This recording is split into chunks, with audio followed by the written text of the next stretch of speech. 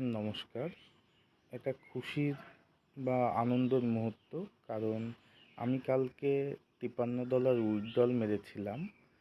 সেই $53 আজকে আমার ক্রেডিট হয়ে গিয়েছে। দেখুন, আমার বাইন্যান্স থেকে পুরোটাই দেখা যাচ্ছে যে আমি $53 মেরেছিলাম। $50.35 আমার রিসিভ হয়েছে। আমি প্রমাণস্বরূপ সবাইকে দেখিয়ে দিচ্ছি। তো এখানে থেকে একটা জিনিস আপনাদেরকে বুঝতে হবে যে টাকা কিন্তু $53 উইথড্রল হচ্ছে বা $50 উইথড্রল হচ্ছে। এবার প্রত্যেকে কিন্তু নিজেদের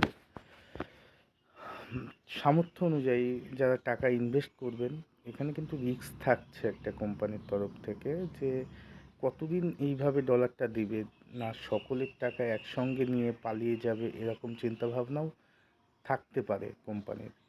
আছে বলছি না, থাকতেও পারে। তো যারাই টাকা এখানে ইনভেস্ট করেন যে না সাকসেস হচ্ছে, উইথড্রল দিচ্ছে, তো ভেবেচিন্তে করতে হবে প্রত্যেককে।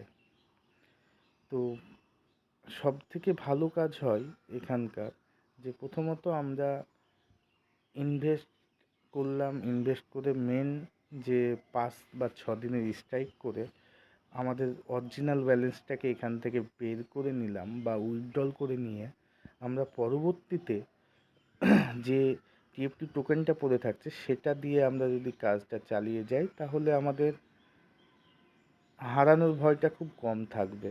দেখুন, আমি গতকাল উইথড্রল মেরেছিলাম, আজকে সেটা পুরোপুরি সাকসেস।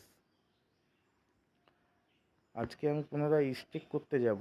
আমার কাছে পর্যাপ্ত টিএফটি টোকেন নেই এখন আপাতত। তোলার পর 3 দিনের করেছিলাম, তো 3 দিনের খুব প্রচণ্ড পরিমাণে লস আসবে।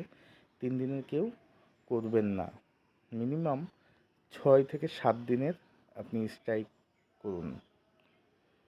তো প্রত্যেকে ভালো থাকবেন এবং প্রতিনিয়ত আপডেট দেওয়া হবে আপনাদের।